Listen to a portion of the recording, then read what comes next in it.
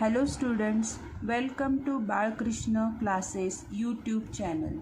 आज हम सीखने वाले हैं 10th स्टैंडर्ड मैथ्स 1 का chapter number 1 linear equation in two variables.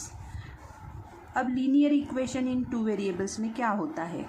An equation which contains two variables and the degree of each term containing variable is 1 is called a linear equation in two variable।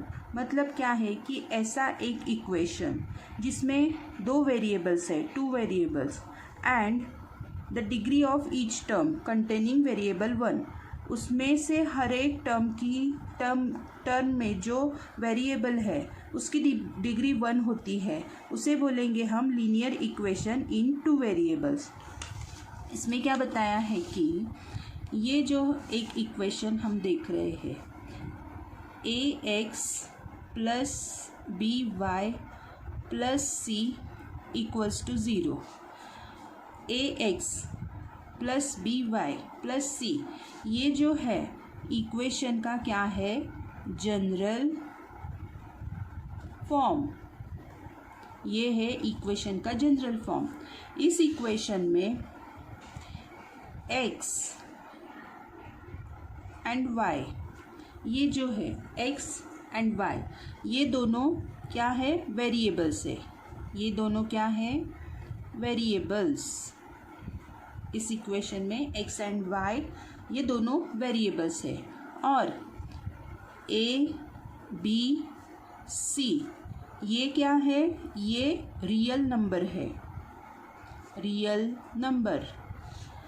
और एक बात इसमें है कि a is not equals to 0 होता है और b is not equals to 0 होता है।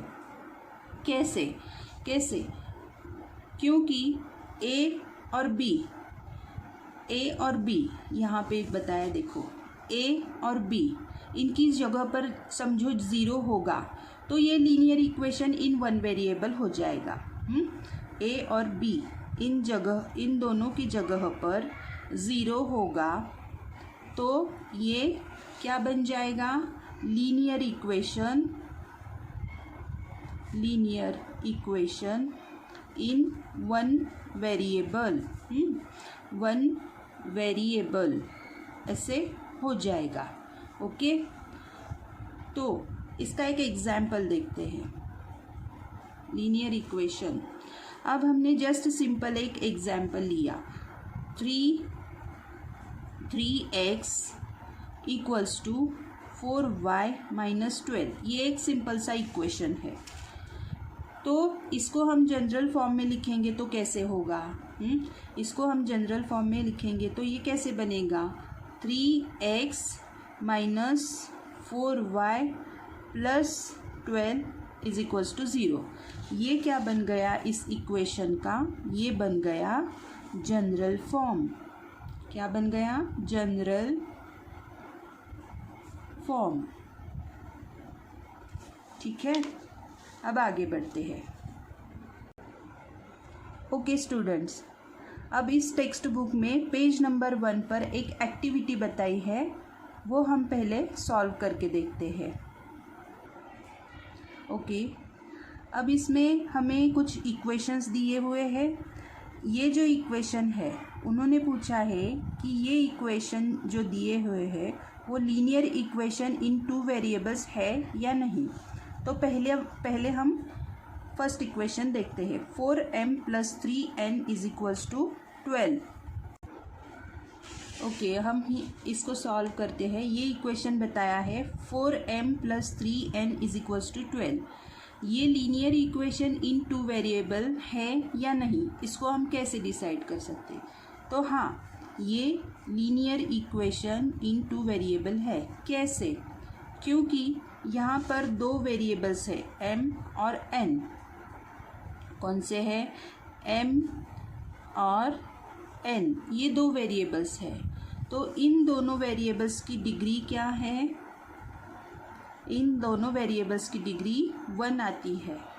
तो क्या बताया था हमें?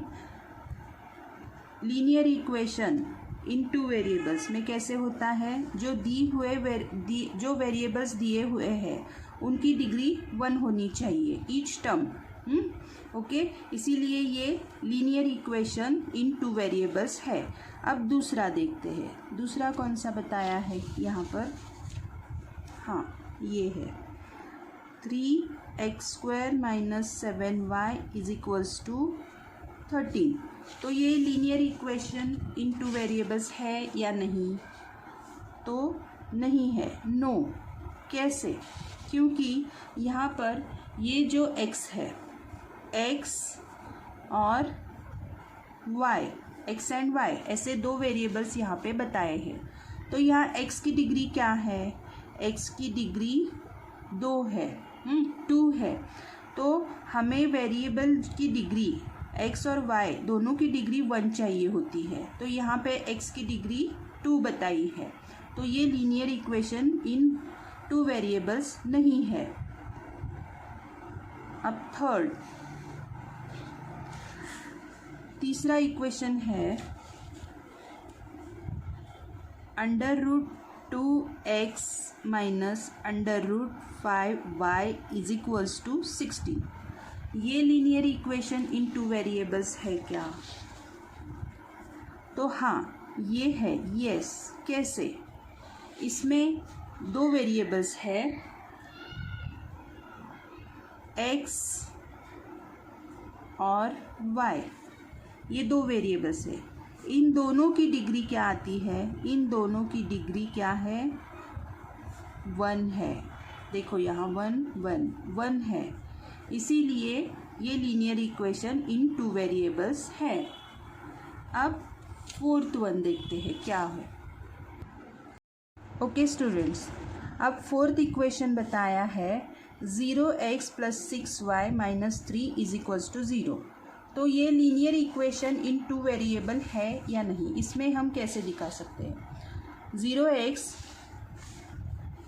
+ 6y - 3 = 0। इसमें x और y ये 2 वेरिएबल्स हैं और यहाँ पे x के साथ 0 आया है। x के साथ 0 आया है, इसका मतलब क्या होता है कि ये इक्वेशन क्या बन गया?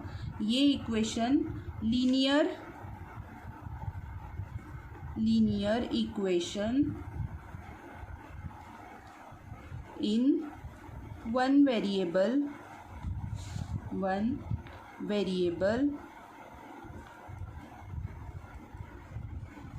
बन जाता है। जब वेरिएबल्स के साथ 0 आता है तो ये इक्वेशन लीनियर इक्वेशन इन 1 वेरिएबल बन जाता है। इसीलिए और लीनियर इक्वेशन इन 2 वेरिएबल्स में क्या बताया है हमें? तो लीनियर इक्वेशन इन 2 वेरिएबल्स में a is not equals to 0 होता है और b is not equals to 0 होता है। तो यहाँ x के साथ 0 आया है तो ये क्या बन गया है? लीनियर इक्वेशन इन 1 वेरिएबल। तो हम इसको बोल सकते हैं क्या ये लीनियर इक्वेशन इन 2 वेरिएबल है या नहीं?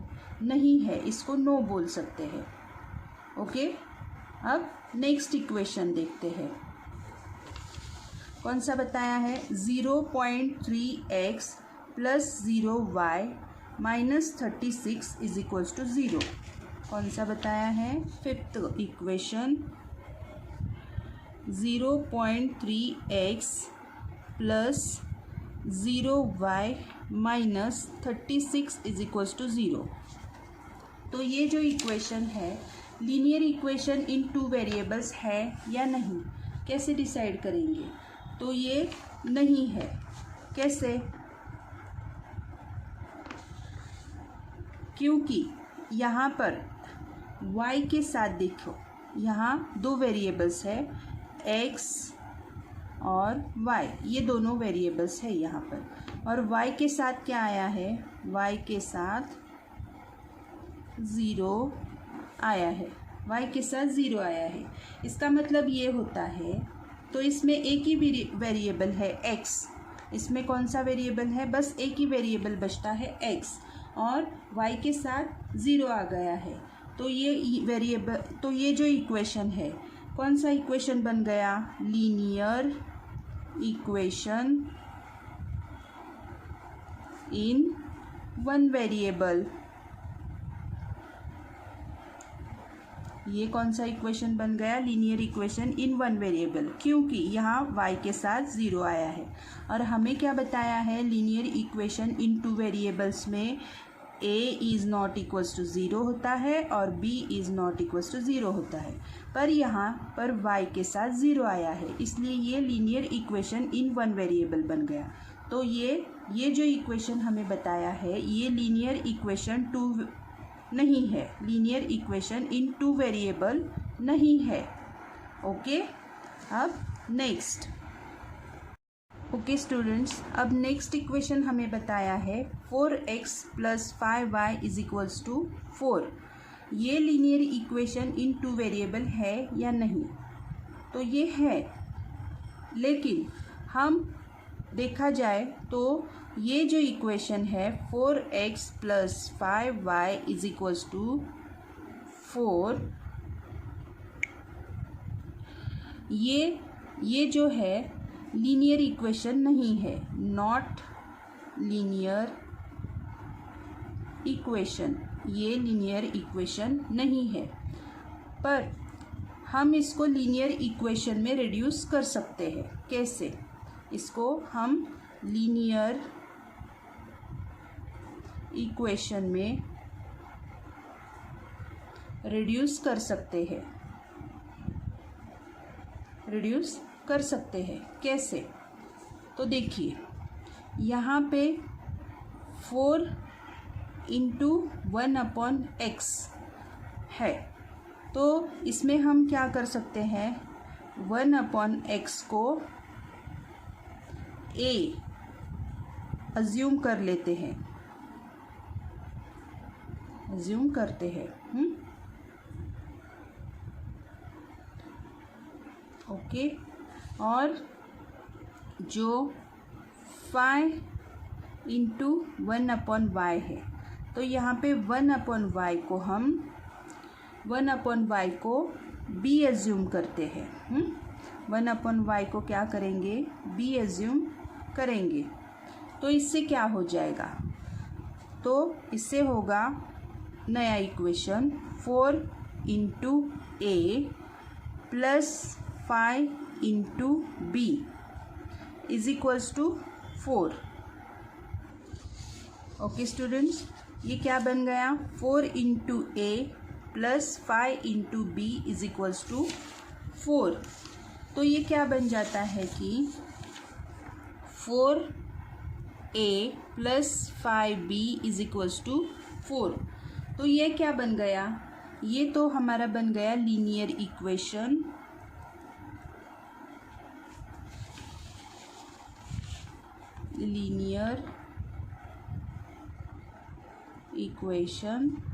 इन टू वेरिएबल्स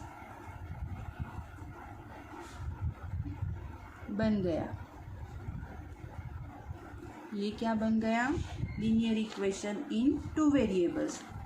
तो हमने क्या क्या किया? देखिए कि 4/x + 5/y = 4, ये linear equation in two variable है या नहीं, ये हमें बताना है।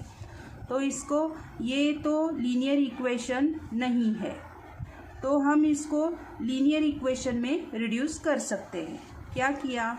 4 × 1/x, 1/x को हमने a मान लिया, a एज्यूम कर लिया, और 5 × 1/y है, तो 1/y को हमने b मान लिया, एज्यूम कर लिया।